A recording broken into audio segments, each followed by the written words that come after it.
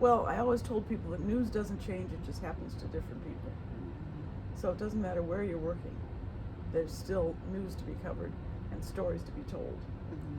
And since I'm a Milwaukee native, I felt that I should stay here and tell the stories in Milwaukee and in southeast Wisconsin. So I had opportunities to leave, and I did leave for a while and go to Chicago. But then I came back, and I stayed ever since.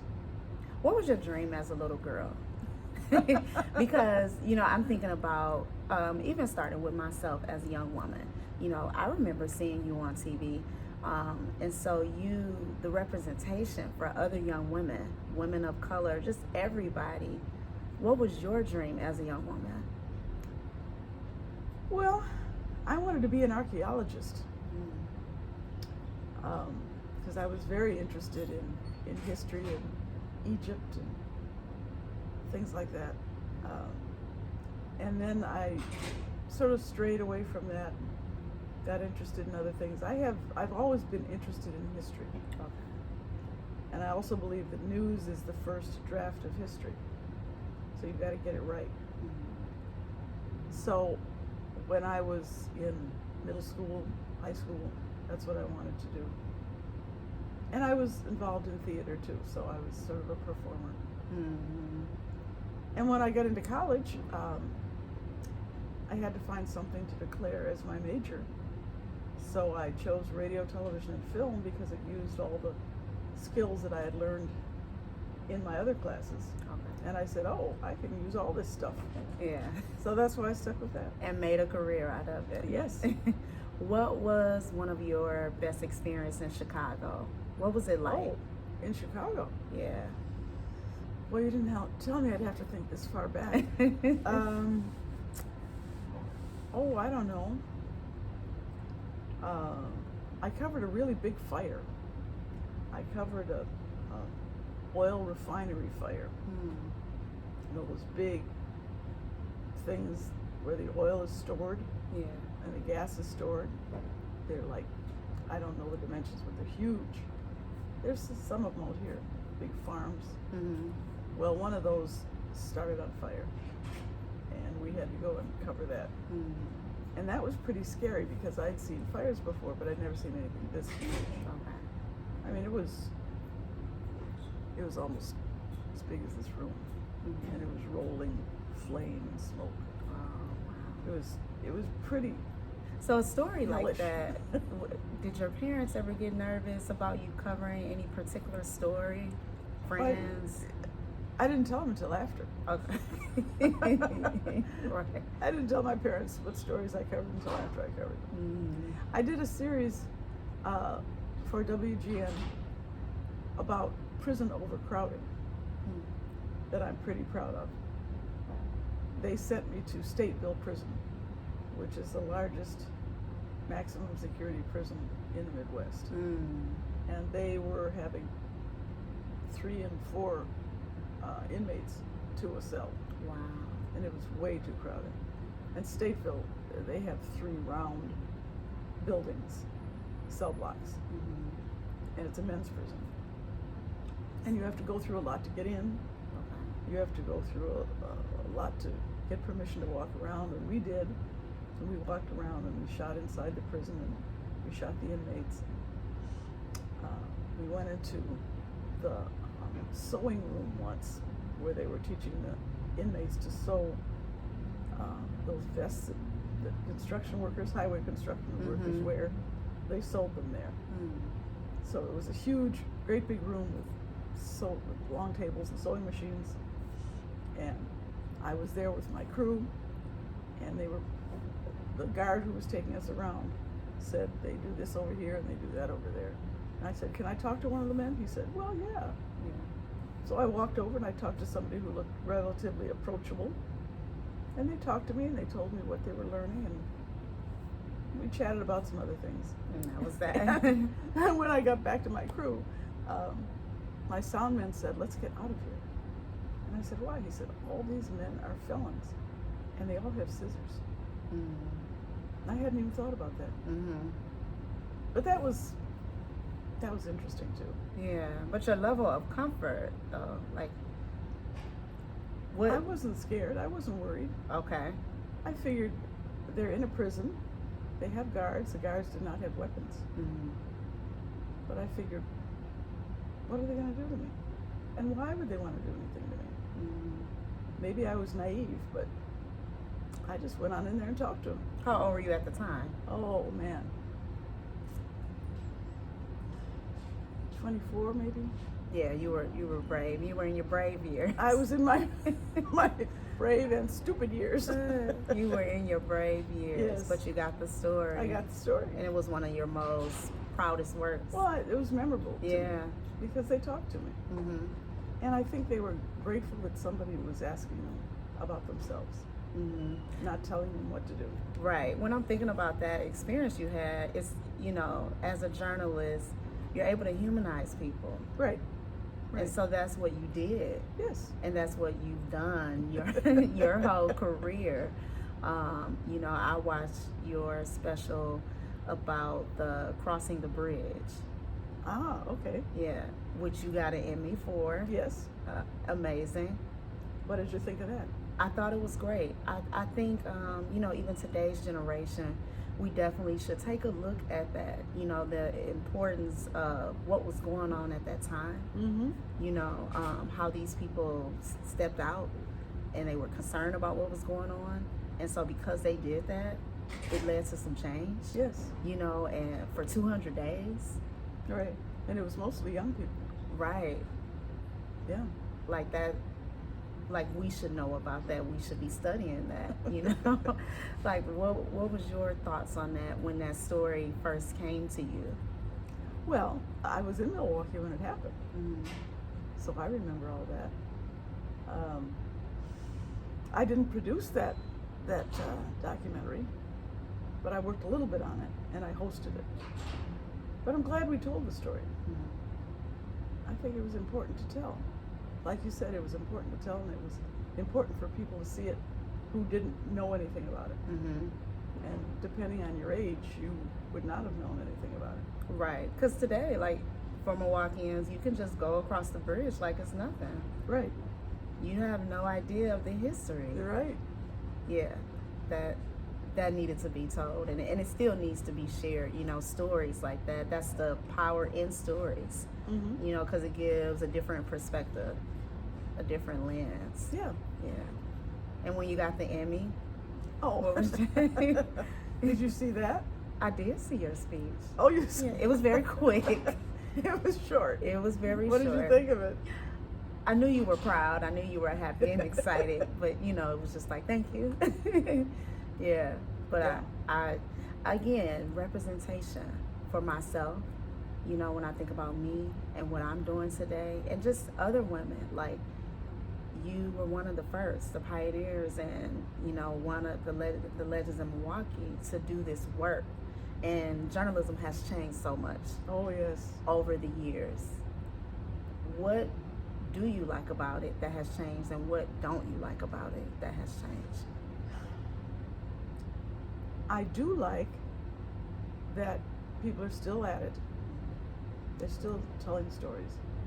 But as far as broadcast journalism goes, I don't think it goes into the kind of depth that it should. They should have longer stories, and they should give journalists and reporters more time to work on their stories. Mm. But that's not the nature of television news. Yeah. You only get, if you're lucky, about 4 hours to work on a story. Whereas I worked on my documentary for 6 years. Yeah. So Because it takes a while to gather information, factual it takes information. Yes, it takes a while to gather the information. It takes a while to develop the trust with the people you're doing the story about. It takes a while to understand what you're seeing and hearing and learning. That's why I say television news now is pretty superficial. But I can't really blame them, because as long as they go with that model of 1 minute and 30 seconds, you can't do too much. Mm-hmm. You talk about trust. Why do you feel that people at the station and just the community, why did they trust Miss Williams? Well, that's a tough question. I think because I was always honest and fair. I always tried to get all sides of a story. Sometimes there are more than two sides. I tried to get everybody's thoughts and opinions. I was not judgmental on the stories that I did. And I tried to be very human about it. And I would go back. I may do a story today with you, and then later I'll do some more stories, and then I'll come back to you and do another story, and keep building on what I've learned from you and what the subject is you're an expert in. And when people did stories for me, they knew that I was going to be fair with them. There's some reporters in town who I've heard will lie to their sources, say I'm not going to use that, and then they do. And then they use that. I never did that. Yeah. Never did that. And I never went behind anybody's back. I would always tell them, Mr. So-and-so, I'm talking to you about this. I'm also talking to Mr. So-and-so. They'd say, well, why are you talking to him? Because he's part of the story too. So I guess that's why. And maybe because I just hung around so long. Yeah. I became like a fixture. Right. You know. Definitely when you have some skin in the game, you know, you can be trustworthy. I guess. Yeah. They know you're committed to the work. They know I'm not going anywhere. Right. And committed to the community. Right. What's some things you've seen that through the stories that you told had an impact as far as changing the city of Milwaukee? You have a lot of very interesting questions. You never really know. Sometimes you know if you do a story that helps get a law changed, then you can see direct results of what you've done. But I think my doing stories with the same people over and over, different stories, built up trust with them, and then I could tell the public what was going on, and they could make their own decisions. That's one of the important things about news. Once you leave high school, if you graduate from high school, but once you finish your formal education in high school, for most people, the education they get for the rest of their life is through media. Yeah. So we are teachers, and we have to share what we know with the people who are watching or listening or reading what we write. So we have a big responsibility. And we may do a story that doesn't have an impact today, but it may have an impact a year from now. And sometimes you don't even know. I did step out and do yeah, it. you just do it. I did a story when I was doing medical reporting. When we had a heat wave, I think it was 1997. We had a huge heat wave, and I did a story with an elderly couple who were living in their house. They didn't have air conditioning. They had the shades drawn to keep the sun out. They had small fans, but that's all they had. And it was really, really hot in that house. And the husband was lying on the couch, obviously suffering. And I asked the wife, why don't they open the windows? She said, we can't open the windows because in our neighborhood it's not safe to open the windows. I said, well, you should keep the shades down, but you should get another fan. She said, we can't afford to get another fan. And I looked at the man lying on the couch, and I said, when we finished shooting, I said, he does not look good. He's not breathing well. He doesn't look good. She said, well, what should I do? I told her to call an ambulance. She said, you think so? And I said, yes, call an ambulance. So she did, and I left, and she called me back later and said that she did call an ambulance, and they took him to the hospital, and they said had they not gotten him in the hospital in the next 30 minutes, he would have died. Wow. So she thanked me for that. Yeah. So those are the kind of stories that stick in your mind. Yeah, because you're more than just a truth teller. You're a teacher, you know. You're an advocate. Yeah, sometimes. advocate. It's a lot of different roles that you hold and play. Yeah. Yeah. So, like you while you were building your career, and then you moved back home, And then you didn't have your children till later, later in the game. That's right. Yeah, was that a choice, or was that just how your life played out? It's just the way my life played out. Mm-hmm. I hadn't really thought about having children until I did. Okay. And my first son was born when I was 43, and my second son was born when I was 44, which is pretty old for a new mom. And I'm glad I had them when I did, because then they are the people they are today. Had they been born earlier, they'd be different people. Yeah. And what do they mean to you? You have two everything. sons. I have 2 sons. Yeah. Oh, they're everything. They're my best productions. I like that. Yeah, yeah. Out of all the things you produce, They're my best productions. they're your best Yeah. productions. Yeah. Mm-hmm. And then your latest production. My latest baby is That's my your film. latest baby. And my editor said yes, and it's a girl. Okay. Yeah. So you talk about, I seen and I read that you had this paper High school newspaper. from high school. You Yes. went to Rufus King, and that was what kind of sparked what you have now today, this beautiful, beautiful documentary. Well, I'd always known about this exchange since I was in high school, and I had this story in the back of my mind for 50 years, but I never thought about it much. Occasionally, I'd think about it. And then I was cleaning out my garage, and I found a box that said high school stuff. Everybody has a box like that. And I found this one copy of the high school newspaper with the story of the exchange students on the front page, and it said 1966. And I found this box in 2016. And I said, this was 50 years ago. How timely. Yeah, I said, well, it's time to tell this story. So that's how I started. How has it changed you? Because you pivoted in your career, you committed years and years, and then you decided to retire. Yes. And so then you decided to do something else that you love to do. It's connecting you back to like one of your homes of theater. How has it Yes. changed you in your life? Oh, how much time do you have?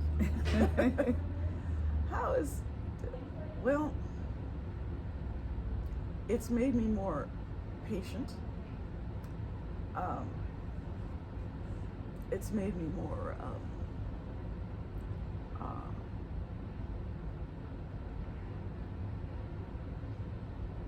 that's hard to describe.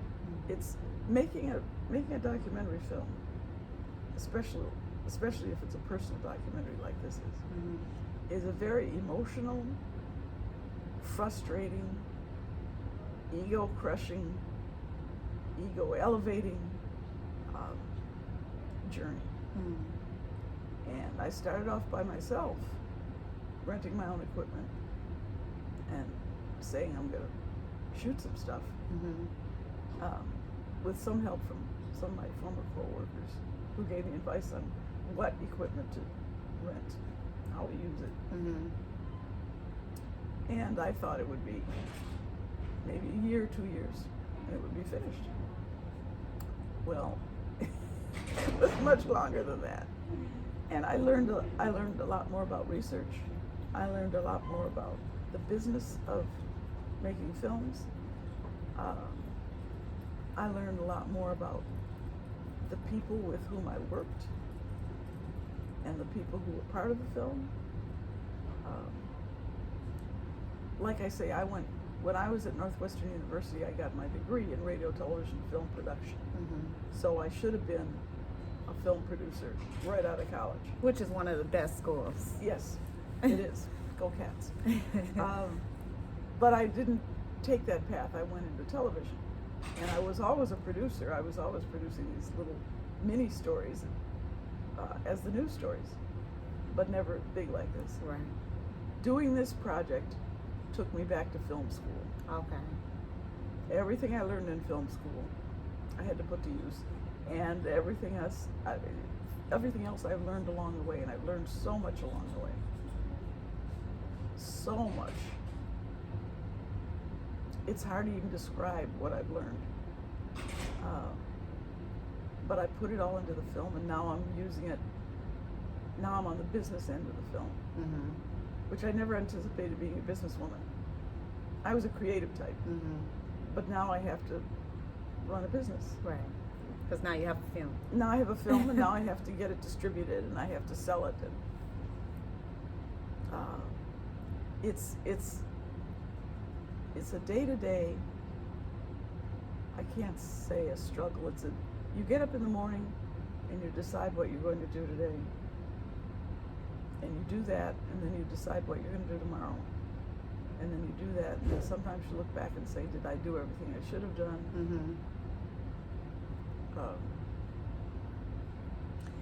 It's really hard to describe it, and I've talked to a lot of other filmmakers. I've met, in the course of these 6 years, I've met hundreds and hundreds of people. I estimated that I've come in contact with or worked with at least 250 people. And there's a group of filmmakers that I meet with every Friday now called the D Word. We meet on Zoom. Oh, really? And they're all documentary filmmakers. Nice. And we all agree that this is a project. Making a documentary film, you have to be a little bit crazy to do this. There's a documentary filmmaker from India who's made several films, and she said, in order to do this, she said, making a documentary film, you have to be sick. And she said, I'm very, very sick, because she's made so many films. Yeah. And you have to get used to people saying no to you all the time. All the time. Whether it's the people you want to participate in the film, whether it's the people you ask for money, whether it's the people you look to distribute the film, whether it's every step along the way, you're going to hear no. No, no, no. And you learn that no only means no for now. So you have to go back.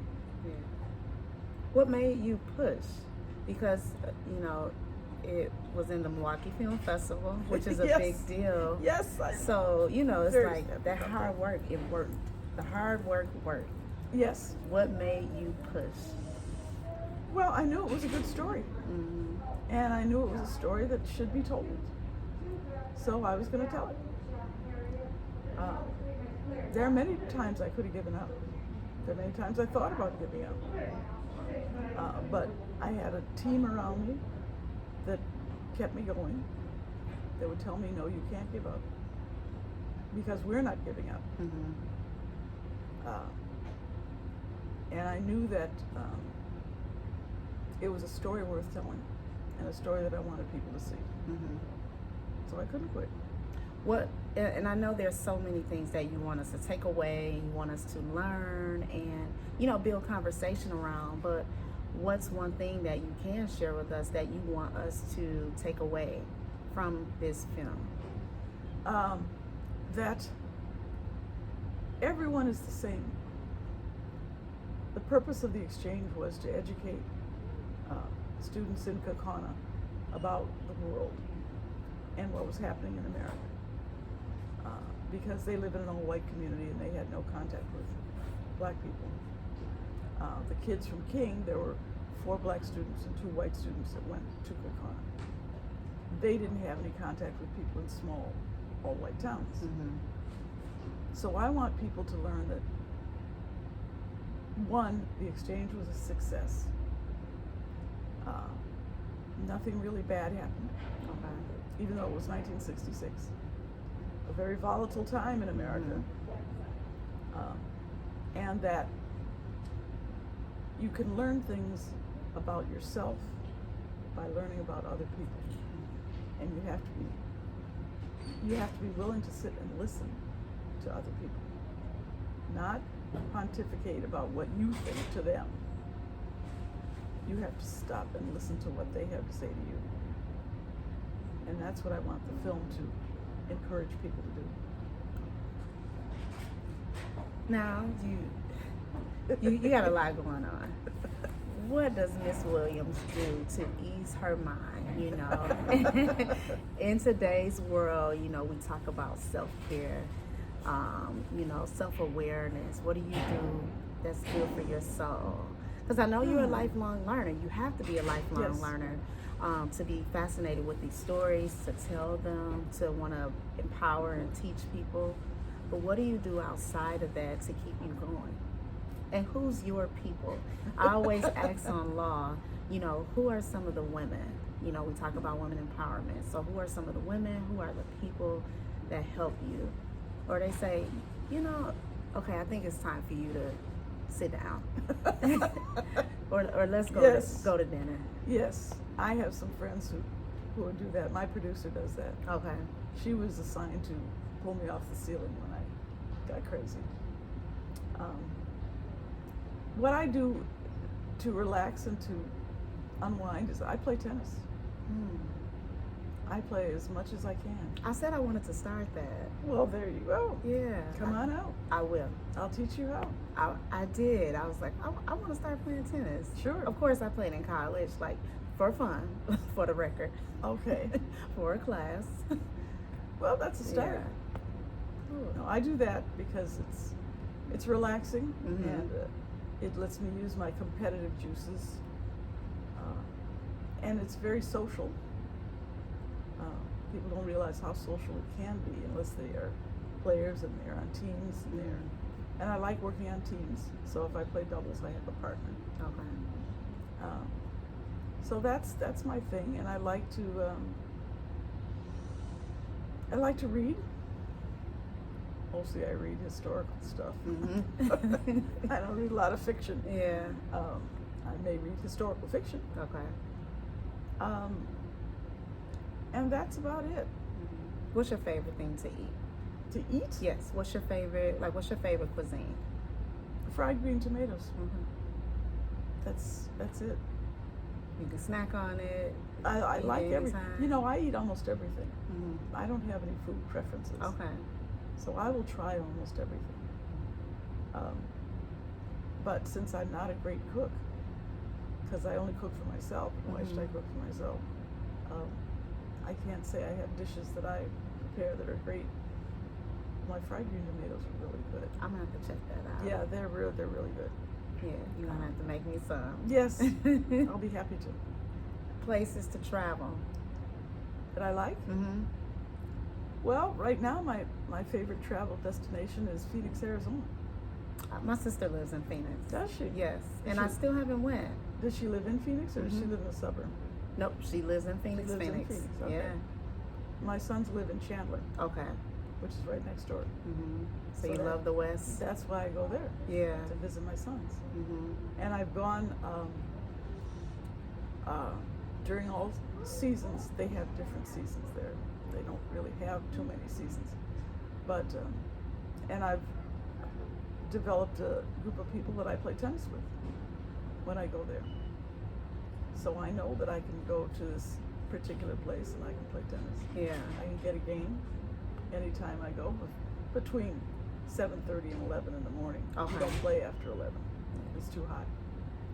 Especially there. Yeah. Too hot. Yeah.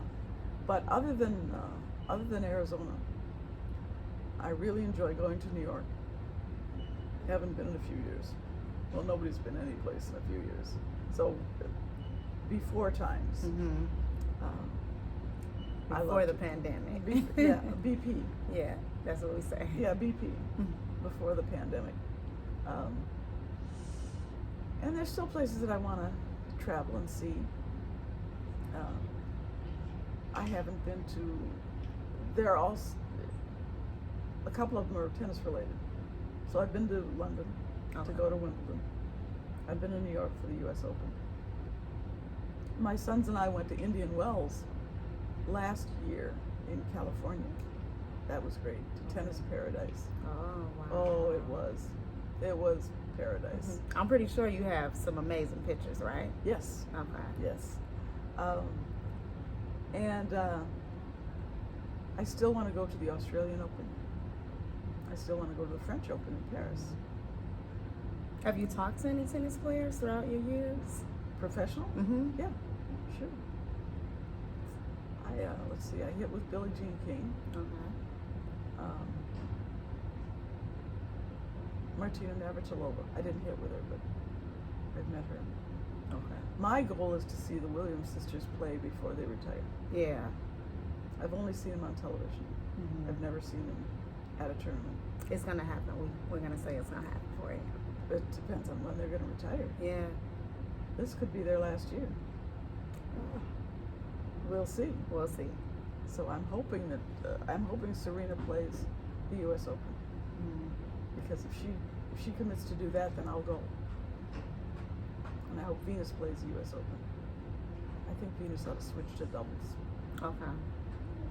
She's very good at doubles. I wouldn't know why, but yeah. Well, she is. She Yeah. moves well. I have to learn the game. Yes. Yeah. But if they play this year in New York, then I'll go to New York, because it may be the last chance to see him live. So tennis is your thing. Tennis is my thing. Yes. Okay. I'm gonna come out there, and you got to show me some things. Sure. Yeah. It's getting warm here. Mm-hmm. It's a good day today. It's supposed to be 60, I think. Yeah. My tennis minimum is 55 degrees. Oh, okay. 55 and up, I'll be on a court. Okay. I have no maximum. And do you is it certain days that you go? Doesn't matter. Doesn't matter. Whenever I can get a match. Mm-hmm. Whenever the weather's right. Got it. I don't think maybe I'll be playing today. Mm-hmm. I don't know. I have some other things to do this afternoon, but actually I'm playing in a tournament tomorrow. Really? Yeah, tomorrow and Wednesday. Okay. Yeah. Yeah, you're knee deep in it. Yes. You're in it. Yes. What advice do you have for young women? No matter what field they're going into, you are a very ambitious young woman, and you know, in today's culture, there's so many things on social media, Yes. and the get rich quick scheme, or just the immediate gratification. You have to learn social media. You have to learn how to use it. You have to remember that social media is a tool. It's not your life. And younger people who have grown up with a phone in their hand think that that's their life. And if they were forced to give it up for a while, they probably wouldn't know what to do. Mm-hmm. It's just a tool to communicate and to get information. But it's not real. It can show you things that are real, but you're not there. You're not talking to people face to face, to actual people. And I would tell young women to put that phone away, at least for a few hours every day. Put it down. If somebody really wants to get you, they'll call you back, or they'll leave a message, or they'll send you a text. Mm-hmm. Unless you have a circumstance in your life where if you're a doctor or something and you have to be constantly available, nothing is that important. Put it down. So we say, put the phone down. Put the phone down. Mm-hmm. Talk to people. Read a book. I know that's pretty radical nowadays too, Yeah. to tell people to read a book, but you should, because it's a different world when you read a book. It keeps your mind going. Looking at your screen all the time does not keep your mind going. But reading does. Because reading causes you to use your imagination. Mm-hmm. Looking at your screen shows you things. Reading makes you create things in your mind. And that's what you should be doing. Mm-hmm. That's what makes you smarter. I agree. I definitely agree. Do you have anything else for us? I don't think so. Okay. I don't think so. Well, thank you for your time. You're and thank welcome. you for coming on Lincoln All Women. You're welcome.